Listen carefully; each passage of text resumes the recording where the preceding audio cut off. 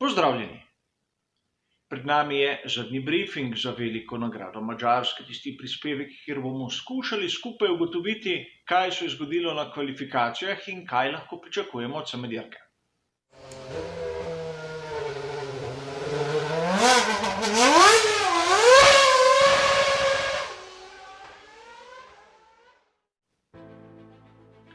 Začnimo zadnji briefing s kratkim komentarjem kvalifikacij. Dvomim, da je bilo presenečenje prva štartna vrsta za oba voznika tovarniške ekipe Mercedes. Meni osebno je bilo dovolj, da sem videl Lewisa Hamiltona s hard pnevmatiko v tistem krogu na prvem prostem treningu. Razlika je bila očitna. Pričakoval sem rahlo manjši zaostanek vseh ostalih, ampak vseeno.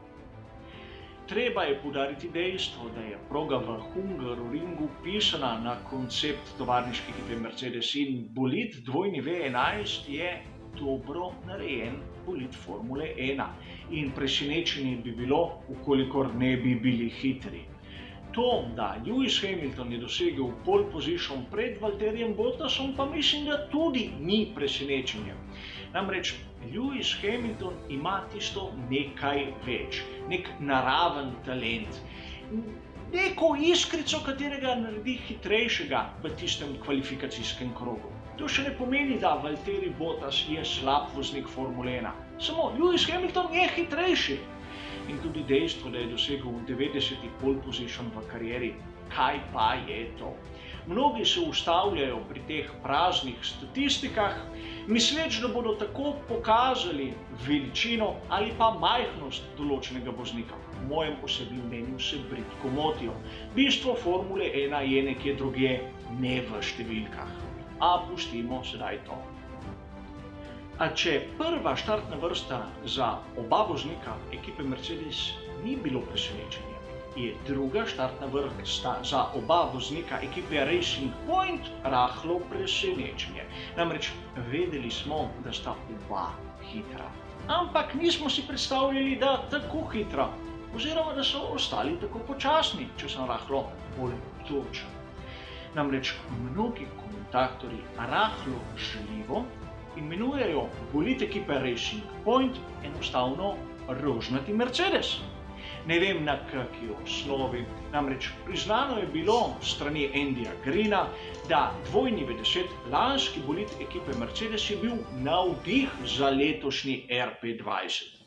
Tudi marsikatera tehnologija prisotna na dvojni V10 je prišla v ekipo Racing Point skladno s pravilnikom. O pritožbi ekipe Renault še niso razsodili, zato je zaenkrat še vse legalno. In hočeš nočeš, Lance Stroll je s tretjim mestom na veliki nagradi Madžarske, na kvalifikacijah za veliko nagrado Madžarske, pokazal, da je ta bolid stabilen in da se z njim lahkotno doseže določen čas. Treba je biti iskren, kaj so pa naredili vsi ostali.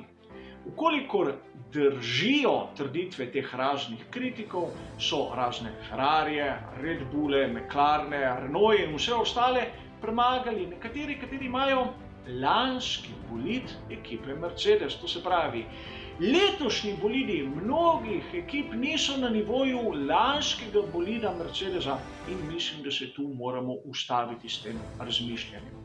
Res, pri ekipi Racing Point so si izbrali tisto razvojno smer, ki so jo šli lani pri Mercedesu, a po mojem so naredili korak naprej od tiste faze.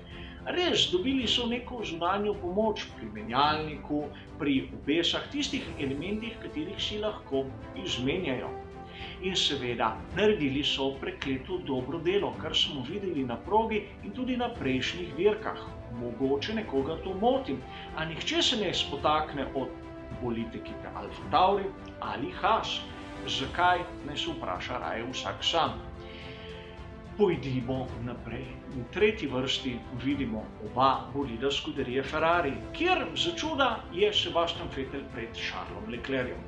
Ponavadi vidimo mladega monaškega voznika, kateri je z dlako hitrejši od izkušenejšega Nemca. A zopet prevladajo, po mojem osebnem mnenju, tiste izkušnje, kateri Sebastian Vettel ima. Treba je pa poudariti, da 5. in 6. mesto pri scuderiji Ferrari ne pomeni prav dosti, kajti razlika med njima in ostalimi je minimalna. Imamo Maxa Verstappena, imamo oba predstavnika McLarena, kateri so dobesedno tam. In seveda v prvih krogih jutrišnje velike nagrade Madžarske mislim, da bo kar precej bojevito v tem delu razpredelnice. Tisti, ki so me meni osebno najbolj prijetno presenetili, so bili pa pri Williamsu. Uspelo jim je oba bolida kvalificirati v Q2. Mislim, da že kar nekaj let nismo videli tako dobrega rezultata na kvalifikacijah. To še ne pomeni, da bodo sedaj v tisti coni točk kot z šalom, a pokazali so, da razvijajo bolid v pravo smer, da znajo izkoristiti slabosti ostalih nasprotnikov in da so pripravljeni narediti spet korak naprej proti tisti coni, kjer praktično ekipe Formule 1 pridejo v območje točk. Seveda, mislim, da je pot do tam še dolga, a so na pravi poti. Mogoče na veliki nagradi Madžarske ne bodo dosegli točk, sami jih privoščim, a vseeno dosti boljša slika od tiste, ki smo jo videli lani. Med tistimi, ki so me razočarali, seveda moram najprej omeniti ekipo Red Bulla. Od njih sem pričakoval, da bodo tista druga sila na štartnem razporedu. A zgleda, da imajo velike tehnične težave. Kot sem omenil že v komentarju v živo, so imeli po noči praktično tisto dovoljenje, da lahko delajo dalj kot druge ekipe. Vsaka ekipa ima dve take možnosti, oni so izkoristili prvo. Ampak treba je poudariti, da niso menjali kakih komponent pogonskega sklopa, da njihovi bolidi niso bili poškodovani ali kaj podobnega. Torej, delali so na bolidu samem. Kot sem že omenil, po mojem so premikali določene elemente, da bi spremenili težišče bolida. Po mojem njihov oprijem na prednji osi je bil daleč pod tistim, kar so pričakovali. Mogoče tudi zaradi nizkih temperatur zraka in asfalta. A nekako sem videl, da težko gre bolid ekipe Red Bull v ovinek. Alexander Albon je pokazal, da s povprečnim voznikom so stvari še daleč od tega, da bi bile optimalne. Max Verstappen kljub vsemu svojemu talentu pač ni dosegel več od tega. Jutri v nedeljo na dirki ne pričakujemo bistveno višjih temperatur in mislim, da je tu skrivnost slabe forme ekipe Red Bull. Drugi, kateri so me malce razočarali, so bili pri tovarniški ekipi Renault, kjer sem pričakoval, da bosta vsaj z enim, če ne z obema voznikoma prišla v tretji del kvalifikacij. Zopet je malce zmanjkalo. A glede na razplet dogodkov, mogoče za njih je celo bolje, da sta obstala v Q2. In seveda treba je poudariti tudi izjemno slabo formo Alfa Romeo Racing. Seveda proga v Hungaroringu ne leži njihovemu konceptu, a vseeno sem pričakoval, da bojo vsaj hitrejši od ekipe Haas. Dvomim, da so pri ekipi Haas razumeli bistvo njihove šasije, tako da je rezultat pri Alfa Romeo Racing toliko slabši.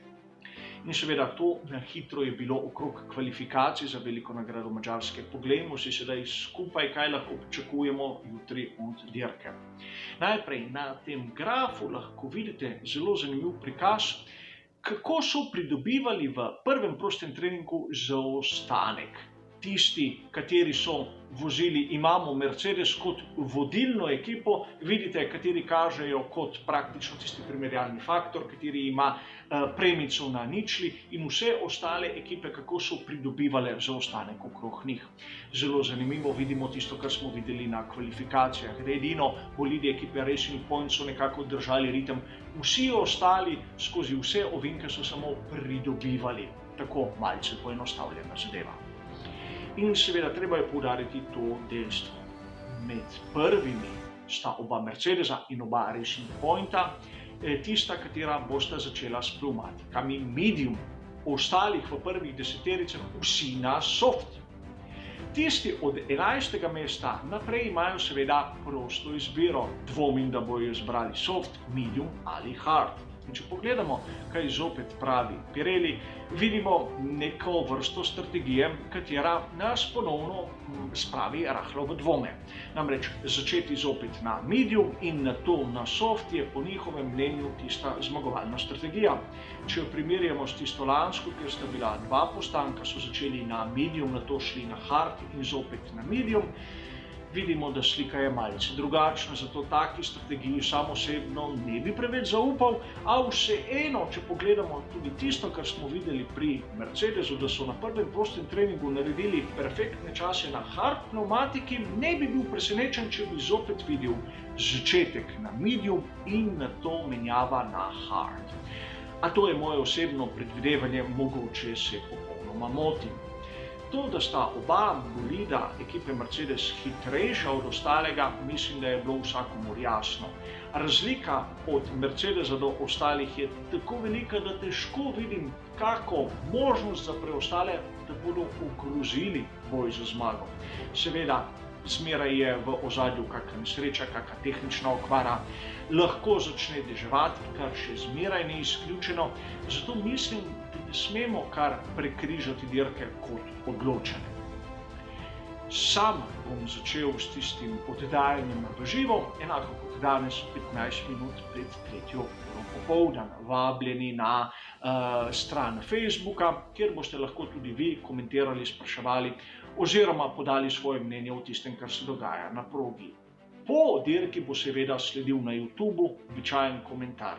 A vseeno mislim, da nas čaka kar zanimiva in napeta velika nagrada Madžarske. Toliko za zadnji briefing. Hvala za vašo pozornost in nasvidenje.